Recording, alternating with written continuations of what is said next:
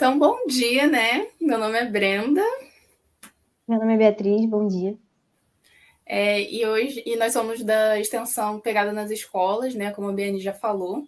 E hoje nós vamos fazer seminário a respeito do livro Plano B. A gente vai começar dando uma breve resumida no que é a introdução, né, do livro. A gente fez um fichamento de 2 capítulos e da introdução, e a gente vai começar dando essa introdução sobre um resumo do que o livro trata. Aqui a gente tem 3 citações do autor. São 3 citações que a gente acha que resume bem o rumo que o livro vai tomar, que é de que ele se refere a um mundo no que o bem-estar se baseia em menos coisas e mais pessoas, e descreve uma abordagem da inovação na qual as pessoas voltam a fazer parte das situações. Ou seja, o autor, no início do livro, afirma que, há um tempo atrás, né, as pessoas deram lugar para as máquinas, e atualmente as pessoas estão voltando a tomar esse lugar de protagonismo, e a valorização do que a pessoa pode fazer está voltando a ser o auge, assim, do que o design espera, né? Valorização da pessoa e do indivíduo no lugar do que a máquina e a tecnologia podem fazer. E aí ele afirma também que para mudar a forma como a gente faz as coisas, a gente precisa mudar a forma como a gente percebe. E essa terceira citação é basicamente a justificativa dessa afirmação que ele dá, que é que a gente está de uma era de uma inovação colaborativa, onde os designers estão tendo que evoluir de autores de individuais de objetos, né, de produtos individuais, para facilitadores de mudança de grandes serviços ou de grandes comunidades de pessoas, onde além de você criar uma mesa ou uma cadeira, você passa a entender o que aquelas pessoas precisam de fato e gerar fluxos diferentes de como aquilo vai ser usado e como aquilo pode ser melhor usado, principalmente. Nesse livro são abordados diversos temas, né, que lidam com a vida cotidiana, como ela é vivida na atualidade e com o surgimento de inovações radicais. Dessas inovações radicais, podemos entender como tecnologias que podem ser, de certa forma, perigosas, porque mesmo que pequenas, elas podem causar grandes efeitos, grandes consequências, como, por exemplo, o celular. Nós usamos o celular todos os dias e ele virou praticamente uma extensão do nosso corpo. Ele é muito útil, né? É muito revolucionário para as nossas vidas, porém, deveria ser pensado mais profundamente o efeito que essa criação teve sobre a nossa vivência como um todo. John Takara diz que meios e fins foram separados durante tempo demais nas discussões sobre a inovação. E é justamente sobre isso que estamos falando. O meio, ele pode ser muito útil e muito interessante, mas o fim, ele não pode ter sido deixado de lado, sabe? As consequências de uma criação é algo muito importante. Resolvemos colocar aqui o sumário do livro todo para que exista uma compreensão e destacar os capítulos que nós escolhemos. Que no caso a Beatriz escolheu sustentabilidade e eu escolhi aprendizado. E esses 2 capítulos juntos, eu acho que tem muito a ver com pegada nas escolas, que é justamente essa disseminação de conhecimento, né, um aprendizado de uma forma saudável e interessante sobre sustentabilidade, que é um tema muito importante.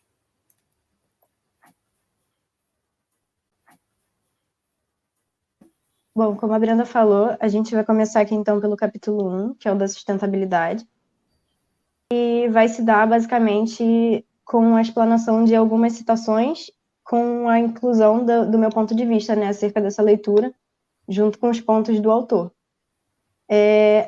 Muitas das preocupações das situações atuais do resultado de design são decisões de design, e as decisões de design moldam os processos por trás dos produtos que utilizamos.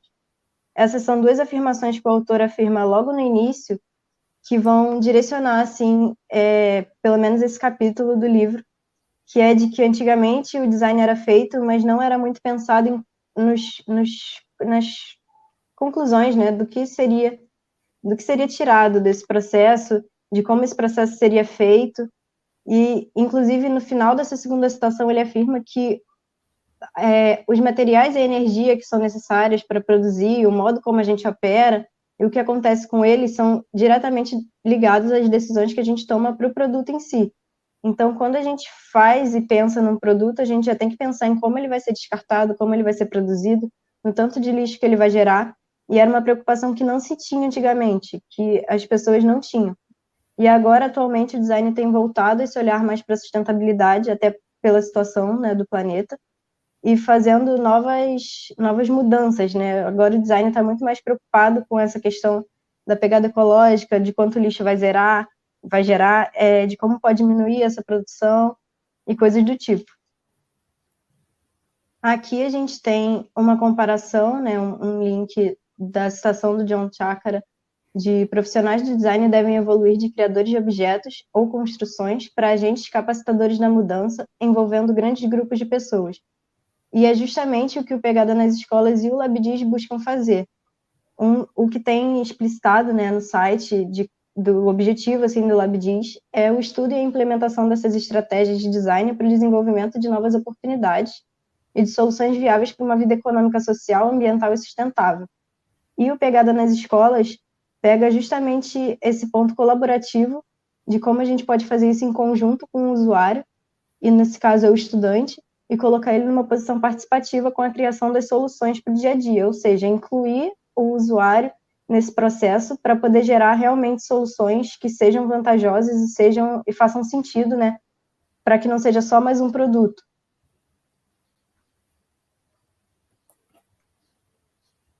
Nessa parte a gente já entra no ponto de remix do capítulo, que o autor afirma justamente que muitos elementos do mundo sustentável já existem, que não necessariamente você vai criar essas soluções do zero, mas que também podem ser feitas alterações ou até mesmo alterações físicas, né, no produto, da ideia de como ele funciona, ou até mesmo em como ele é usado. Não necessariamente um produto precisa ser refeito, e sim, às vezes, só adaptar o uso dele de uma forma mais sustentável, que é justamente o que fala na próxima página da eficiência dos recursos. Como esses recursos podem ser usados de uma forma mais eficiente, né? Um aspecto da sustentabilidade é a eficiência dos recursos. E o autor afirma que, na opinião dele, né, obviamente, uma forma da gente ter essa melhor eficiência é o compartilhamento desses recursos. Ou seja, eu tenho, sei lá, uma furadeira. Eu não preciso dessa furadeira 24 horas do meu dia. Eu posso facilmente botar essa furadeira, emprestar essa furadeira, posso alugar essa furadeira, posso fazer diversas coisas para disseminar um compartilhamento do produto para que as outras pessoas não precisem adquirir esse produto e não seja gerado mais lixo, mais gasto de energia e mais complicações, né, para o meio ambiente com um produto que vai ser usado pouco tempo pela pessoa que possui, mas que pode ser compartilhado para ter esse uso melhor dos recursos que foram impostos nele, né? E aí a gente tem um exemplo que é os sistemas produto e serviço, que são as hortas colaborativas e as cozinhas colaborativas também. As cozinhas colaborativas, atualmente, são muito usadas em rede de fast food para entrega, delivery, que são espaços onde você teria, né, uma cozinha normal, só que ela é um pouco maior do que as cozinhas de redes normais de fast food, por exemplo, de shopping, e elas são usadas por diversas redes de fast food diferentes, ou seja, você tem o mesmo gasto ali quase de energia, de espaço, de luz, e você desenvolve muito mais o trabalho e compartilha muito mais esse espaço, né? Tanto troca de informação, conhecimento, como mesmo de recurso.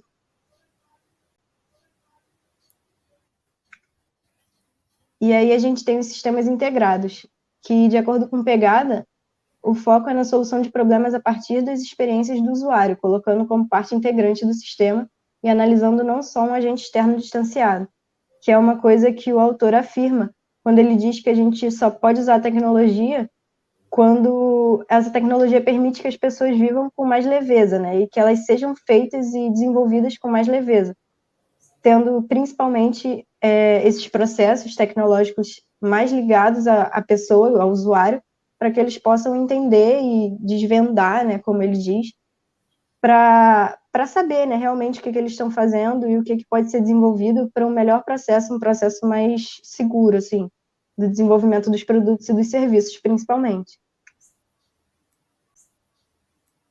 E os futuros sustentáveis e envolventes são o último tópico que o autor aborda no capítulo da sustentabilidade, que visa a criação de alternativas sociais interessantes, que precisam ser empolgantes e envolventes como o buzz da nova tecnologia.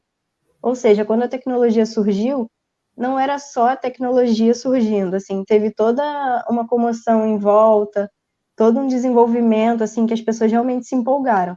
E precisa ser assim para que realmente haja uma mudança na sustentabilidade. Então, não basta você impor ou propor coisas que não sejam interessantes para as pessoas desenvolverem, porque ela não vai desenvolver esse interesse. É preciso que esse desenvolvimento seja de interesse das pessoas e dos desenvolvedores, e principalmente que o designer se coloque nesse ponto de usuário também, porque no momento que a gente está, como a autora afirma também, não é mais um ponto em que o designer é só o designer. Ele está muito imerso na bolha do usuário, pela globalização, enfim, diversos fatores, e também é preciso que ele se ponha nesse lugar para saber realmente o que é interessante, o que vai chamar a atenção desse público, para que essas mudanças possam ser feitas. Agora nós vamos começar com a abordagem do capítulo 10, que é o capítulo do aprendizado. O John Thackara diz que a educação formal é debilitada por excesso de conteúdo e tempo insuficiente. E nós vivemos isso durante toda a nossa formação, né? Temos um tempo muito reduzido para aprender conteúdos extensos. E isso vai meio contra ao aprendizado, porque o aprendizado deveria incluir pessoas com diferentes ritmos. A maioria das iniciativas de aprendizado à distância tem como foco principal o lucro, né? Inclusive, muitas dessas iniciativas fazem aulas online com vídeos pré-gravados. E o Thackara ele vai contra essa ideia porque ele acredita num aprendizado mais interativo. E essa forma de ter só apenas você e a máquina, sem ao menos uma transmissão ao vivo, torna esse aprendizado menos enriquecedor. Ele também cita o autor David Hargreaves, e ele fala que os nossos sistemas educacionais continuam como uma mistura de fábrica, hospício e prisão, indo totalmente contra essa ideia de interação entre os indivíduos. Para o Thackara, é preciso que exista uma interação entre os próprios alunos que estão aprendendo, né, entre os próprios estudantes, entre os professores, entre todos os envolvidos nesse projeto de aprendizagem e também entre os contextos de vida de cada um. Isso é muito importante. E isso também tem muito a ver com pegada nas escolas. Eu peguei um trechinho aqui da apresentação, que é: as ferramentas de visualização utilizadas pelo design facilitam a comunicação entre diferentes atores sociais envolvidos no projeto, como estudantes do nível fundamental, professores, estudantes de graduação, pesquisadores, diretores da escola, comunidade do entorno escolar. Então, essas duas ideias estão extremamente interligadas, né? É exatamente essa a proposta do Thackara: envolver todo mundo. O tempo e o ritmo são dois elementos fundamentais para o aprendizado também. E como eu já disse, aqui no nosso sistema educacional que estamos inseridos, esses dois fatores são feitos de forma a exercer uma pressão sobre o aprendizado dos indivíduos. Como eu disse, cada pessoa tem seu ritmo. Às vezes uma pessoa é mais lenta, outras são mais aceleradas. E esse sistema de ensino que força as pessoas a aprenderem num ritmo acelerado não é nada inclusivo, né? Não englobando as pessoas que têm um ritmo mais lento. Thackara também ressalta que o tempo de vida do estudante é dele. Então, ele critica certas instituições que pegam toda a hora do dia do estudante e transferem para o aprendizado, dedicam todo o tempo de vida ao aprendizado. E isso é totalmente anti-aprendizado, na verdade, porque, por exemplo, o lazer é algo fundamental para ter uma boa vida e, consequentemente, um bom aprendizado. Ele também diz que os ambientes de aprendizado devem ser amplos e não aprisionadores. E no livro ele ilustra essa frase com uma situação de vida dele, uma experiência de vida, que é uma escola que ele estudou por um bom tempo, que na arquitetura da escola a sala de aula dele era toda fechada e possuía apenas janelas muito altas. E qual era o objetivo dessa arquitetura? Era impedir que os alunos tivessem acesso ao externo. impedir essa visualização do mundo. Isso não é interessante quanto ao aprendizado, isso é totalmente anticriativo. John Thacker diz também que uma melhor abordagem do design ao aprendizado é pensar nele como uma ecologia de pessoas, grupos, projetos, ferramentas e infraestrutura. E é exatamente sobre isso que estamos falando esse tempo todo. É a união de todo mundo que está envolvido nesse projeto, das suas ferramentas e a infraestrutura também, como é o caso que eu acabei de falar das janelas. A tecnologia é muito importante para o aprendizado, porque ela permite o desenvolvimento de diversas habilidades, como habilidades de busca, de se relacionar, de edição, de compartilhamento, entre outras diversas habilidades. Ainda mais no contexto que nós estamos, que os jovens estão cada vez mais rápido entrando em contato com tecnologia, com internet. As crianças, por exemplo, quase nascem já mexendo no celular. Então, seria interessante fazer uma relação maior entre o aprendizado e a tecnologia. Porém, os nossos sistemas educacionais tradicionais, de acordo com Thacker, focam em ensinar cada vez mais pessoas com orçamento cada vez menor e investimento também cada vez menor. Nós da UFRJ vivenciamos isso na pele, né, em relação a cortes, em relação a confiscos, e eu resolvi trazer essa escultura de madeira que é da André Gino. Ela faz parte de uma série de protótipos inadequados feita em 2021. O nome dessa cadeira é Ensino Superior, e o apoio de braço dela é muito mais alto do que deveria ser, e ilustra o quão inalcançável e elitizado é ter um ensino de qualidade. John Thacker diz que o aprendizado ativo ocorre quando participamos de projetos que tenham significados para nós e nos envolvemos com o mundo real. E isso tem muito a ver com a proposta Pegada das Escolas também. A proposta tem como principal referencial teórico um projeto desenvolvido no Nordeste da Inglaterra, cujo foco foi apresentar como o design pode ser uma ferramenta importante para a sustentabilidade. Esse projeto, feito no Nordeste da Inglaterra, é abordado também no livro do John Thacker. Foram visitadas 80 escolas, levando duas questões principais. Uma delas é o cálculo da pegada ecológica da escola, e a outra é possíveis soluções de design para resolver esse problema. Isso tem super a ver com pegada nas escolas. Esse projeto foi uma referência muito grande para a existência do Pegada, e é muito interessante de ser observado. Inclusive, em uma das cartilhas, que é a cartilha de lixo, que é disponibilizada para os alunos das escolas, do Pegada das Escolas, nessa cartilha de lixo, existe atividade de fazer o cálculo da pegada de forma muito lúdica e interessante. O último tópico desse capítulo é tempo de brincar. O John Thacker cita o diretor Jean-Luc Godard, né, que ele diz: leva toda uma vida para você se transformar na criança que você deveria ser.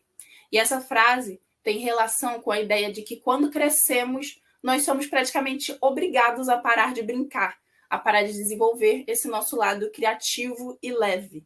E isso é muito triste, né? Na atualidade, os jovens estão cada vez mais desanimados quanto ao ensino tradicional. Entretanto, eles estão bem inclinados pela questão de jogos e games digitais, esse universo digital, né? E como eu disse antes, seria interessante relacionar esses dois campos, a tecnologia e o aprendizado, para que exista uma forma de ensinar e aprender mais prazerosa e também que gere mais interesse nele. E o Pegada nas Escolas, para finalizar, propõe esse aprendizado de forma lúdica, que envolve preocupações ambientais, né? Fazendo com que interaja todos os envolvidos no projeto de forma saudável e de forma interessante. E muito obrigada.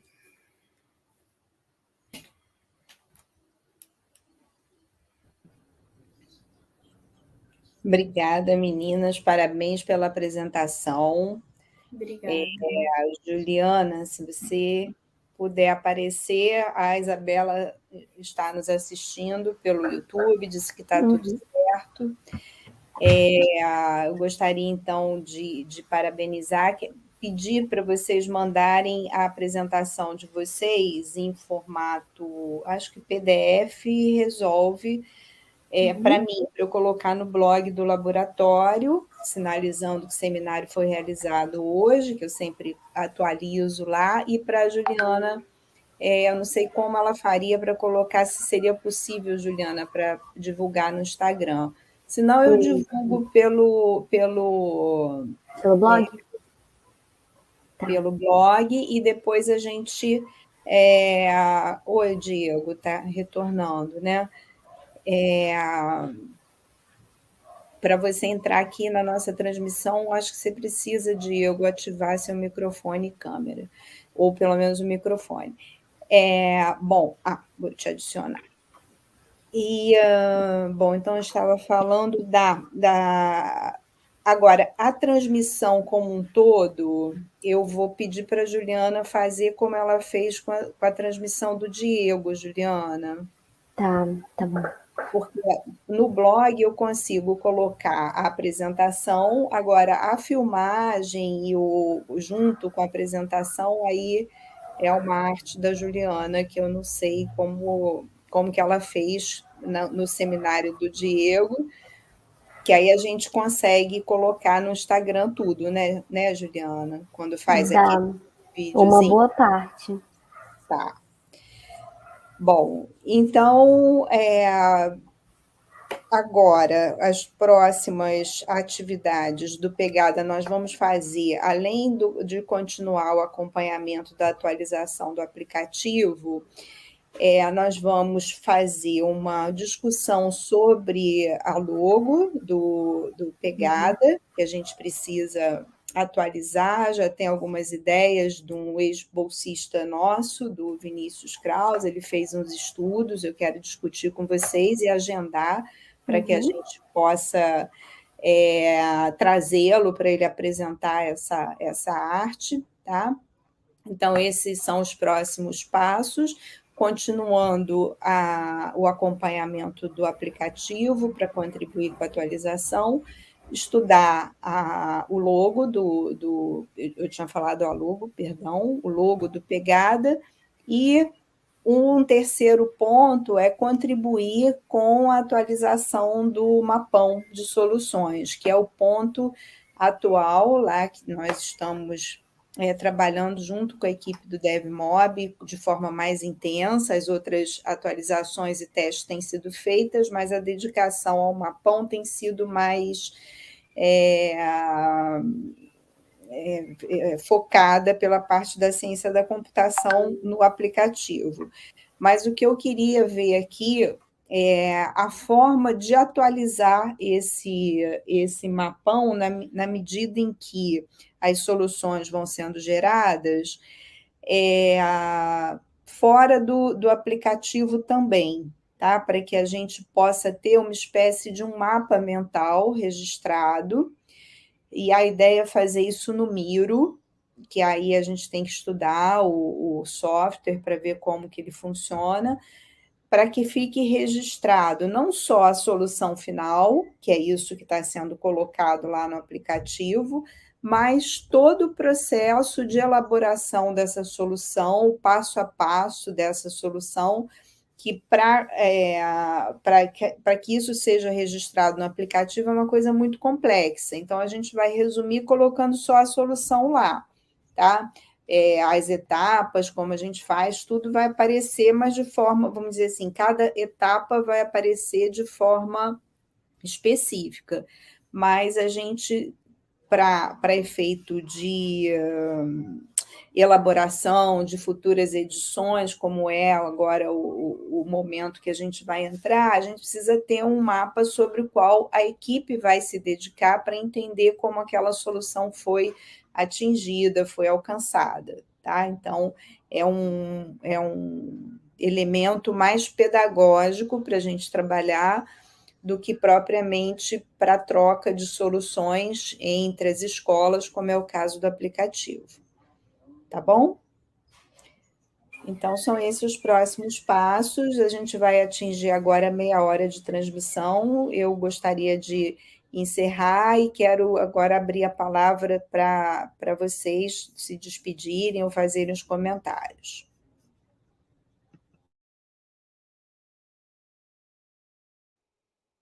Queria agradecer mesmo, agradecer a Brenda também pelo seminário, foi tudo ótimo. E só, obrigada.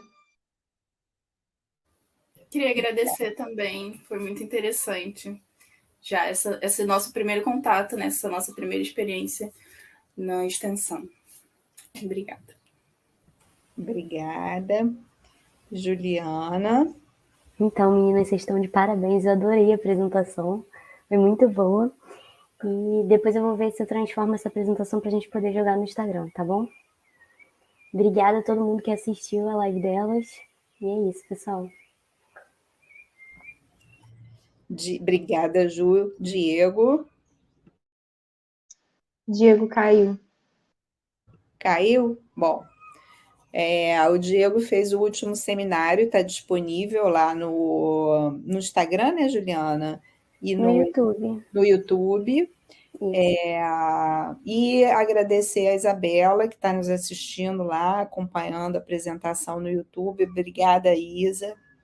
Isabela apresentou o seminário dela antes do Diego e está nos acompanhando lá, trabalhando no aplicativo também. Obrigada a todos e uma boa sexta-feira.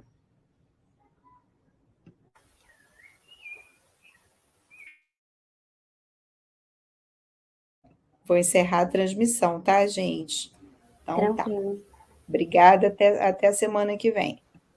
Até, pessoal.